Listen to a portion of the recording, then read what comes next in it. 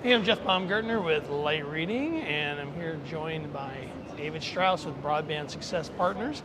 And we're here in New York to talk about cable business services once again. Yes. And today you had some new stuff to share. You had some research, a survey with some of the service providers. So, big picture, what was the focus on that? And we'll kind of dig in. Sure. Thanks, Jeff.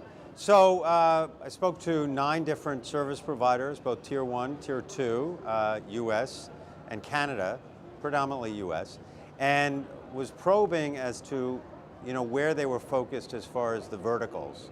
Which segments are they focused on? Where are they seeing growth? And what are some of the new verticals they're focused on in particular? So even like beyond, the old bread and butter. Right, beyond GEM as we called it, right? Government, education, medical, healthcare.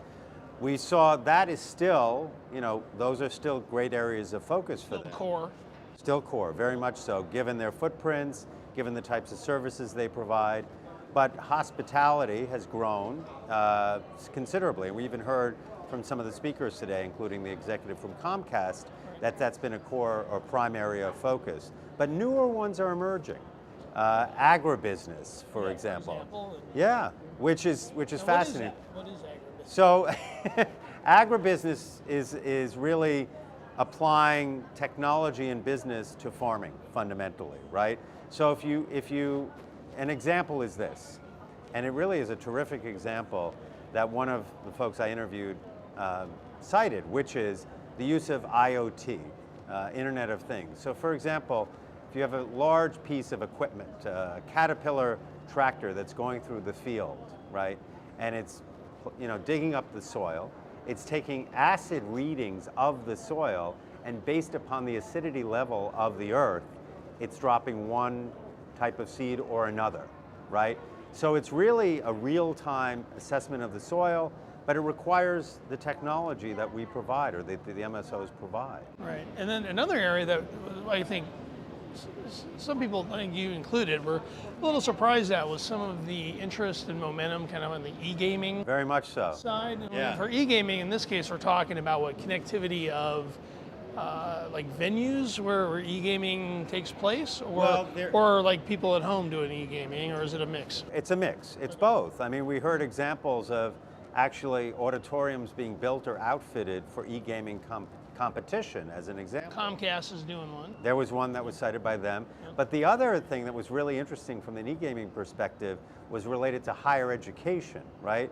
When you think about high schoolers or high school kids and their interest in e-gaming, there are actually schools of higher education that are providing scholarships around e-gaming, right? Mm-hmm. And this might be, some schools to compete against others. They're providing that as a point of difference. So it's fascinating that e-gaming is even manifesting itself in higher ed. Yeah, and it's also kind of disappointing Yes. for me, because it's all becoming a big thing now. Not when I was a kid, and I was like, hey, this could have been a great career. Yeah, we missed out on that. We were born at the wrong time. Yeah. Perhaps. Anyway, yes. So, that manufacturing popped up a bit in terms of some of the new ways manufacturing is being used.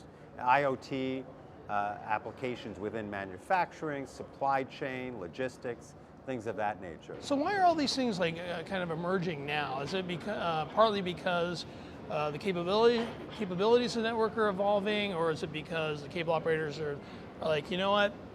Business services has been a nice growth engine for a while, but it's starting to flatten out. So we need to, kind of figure out other ways to kind of stoke it a little bit. I think it's both. I think you're absolutely right. I mean, there may still well be opportunity, in local and state government, K-12. I mean, will continue to be an area of focus, predominantly because of E-rate funding. But I think you're absolutely right. I mean, they have so focused on just those 3 verticals, plus let's say hospitality, the 4th, for so long now, that they have to extract greater business and greater value from these other segments. So it makes sense, and I do think, to your original point, that the technology has evolved to a point, the networks have evolved to a point where they can perhaps better serve some of those verticals. How do you think cable is positioned to serve some of these markets? Because the telcos are going to see it too, and they're going to, we're going to zero in on this as well. So, network-wise, technology capability-wise? How do they stack up?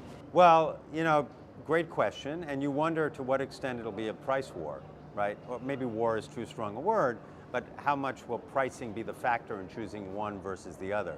Of course, their footprints will be a key factor, no doubt, right? But as far as, is their technology better suited to address that vertical? That's a great question. I don't know that I have a great answer to that. I mean, I think there's general parity in terms of their ability to meet the needs of those sectors. Well, maybe we'll have a better sense here in 3 years from now.